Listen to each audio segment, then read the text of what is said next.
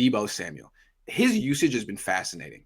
So coming out this year, it was clear they saw him as their best player against Detroit. 12 targets, huge game.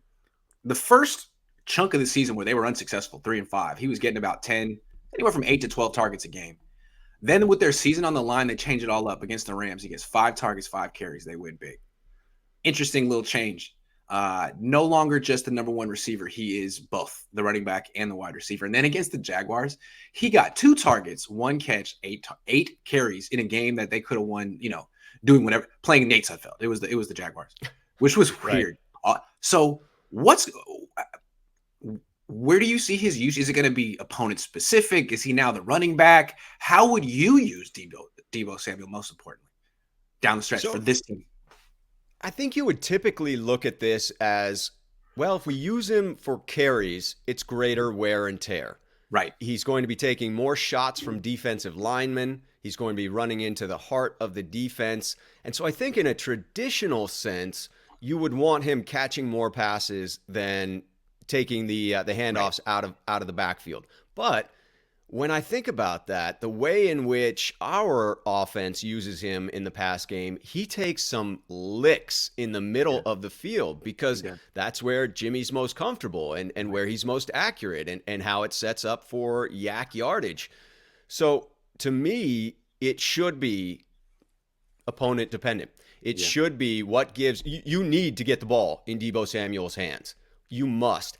And the establishment of the running game is so important for the 49ers that if you are unable to establish the run with Elijah Mitchell, Trey Sermon, whomever you have to put out there, Jeff Wilson Jr., who doesn't seem to have the same bounce in his step yet, but hopefully will continue to rebound from that knee injury.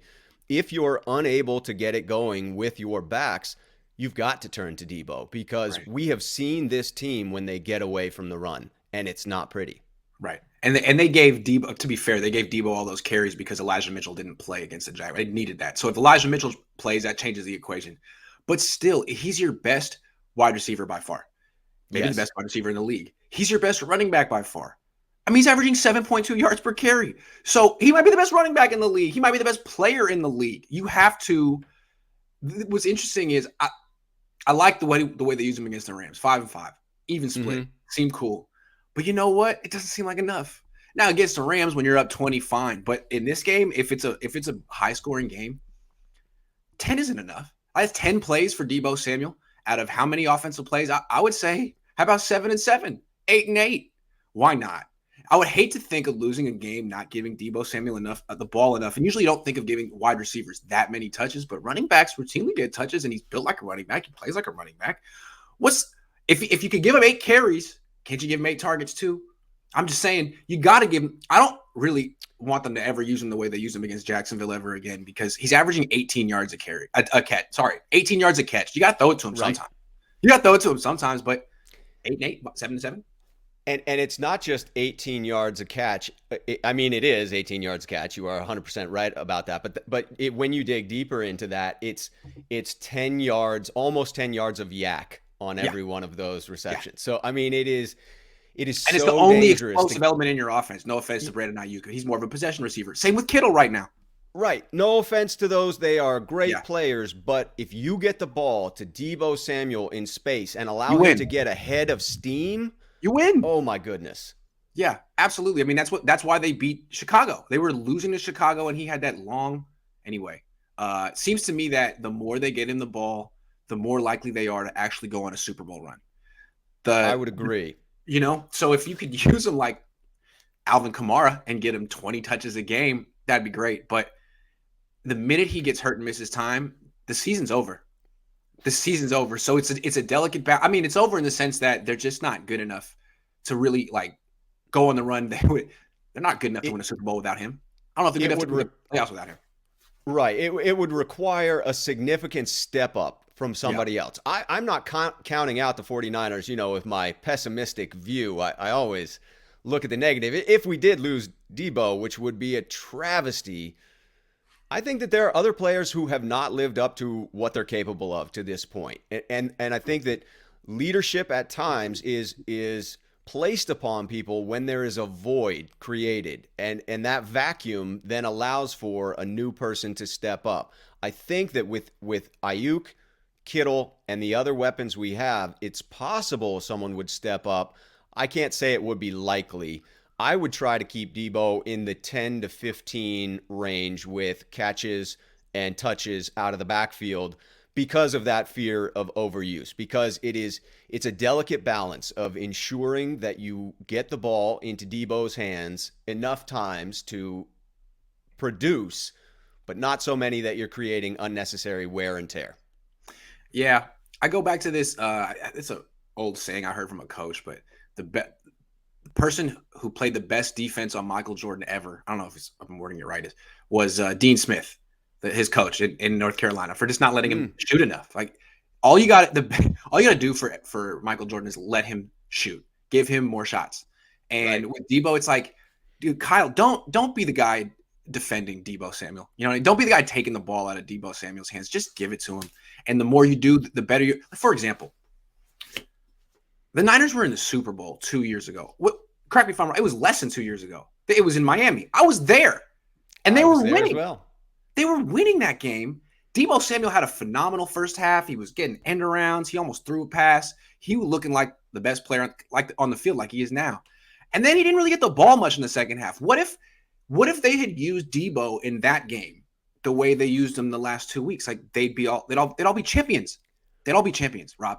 So this is really Grant, are you trying to make me lose more hair with that? Yes. Trying to impress upon you how important it is for them to get this right. This is an important conversation. They should have talked about this 2 years ago. They'd all have rings. Yes. You must find creative ways to get the ball into the hands of your most effective players. There is no question about that. Yeah. And it is by a country mile Deebo Samuel right now. He's the reason they have a season right now. He's the reason you're like, Kyle couldn't figure out their quarterback, and there's all this drama, and Deebo's like, oh, it's cool. I'll just be the best player on the team. Don't worry. I'll just be the best player in the league. Just give me the ball. You guys can't figure out what you want to do. Oh, Jimmy's a quarterback. It's cool. I'll just break all the tackles and run for all the yards, and we'll win. That's what he said. That was his speech to the team. I'll break all the tackles, guys. I'll win.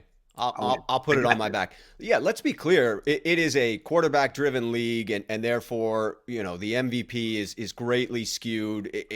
Over the past umpteen years, I think there's only been 2 seasons that the MVP wasn't a quarterback. But let's be very clear that Deebo Samuel deserves to be in that conversation. Think of where the 49ers would be as a team without the contributions of Deebo to this point. And if they start giving him running back touches, which, I mean, would mean 15 plus, that's running back touches, then he'll definitely be in the MVP conversation at that point. I mean, no other wide receivers. I don't think he'll probably have more touches in a season than Jerry Rice ever had. It's crazy. That's saying something. Anytime you are on the list with Rice, let alone ahead of Jerry in any category, that's special. When you have a chance. They should be using him more like Roger Craig than Jerry Rice. Like, you know what I'm saying? Just as many catches as carries. Come on. He could do, I mean, he is doing some Jerry Rice stuff as a receiver, all those yards after the catch, but I mean, Jerry Rice couldn't play running back like this. That's all I'm saying. No. There were several plays yesterday. My father and I are watching the Dallas game, and he looks over and says, hey, what would Deebo have done with that catch? Well, he would have run right the hell through that cornerback and taken it to the end zone. That's just how he plays. That's the physical nature. That is the girth that he has to his lower body, the power that he drives those legs with. It is like not something. Yeah, defensive backs want no part of that. When I first saw him when the Niners drafted him, I was like, first of all, I thought this guy's got a badonkadonk. Like, wow. But I was thinking, like, this guy is built like that's what running backs are like. Running backs have those lower bodies that are built for beating, and he has it. And I was like, usually wide receivers are slender, and they, like Brandon Ayuk or Dante Pettis, and I was like, well, this guy really looks like a running back. Well, he could do that too. He can do that too with the badonkadonk.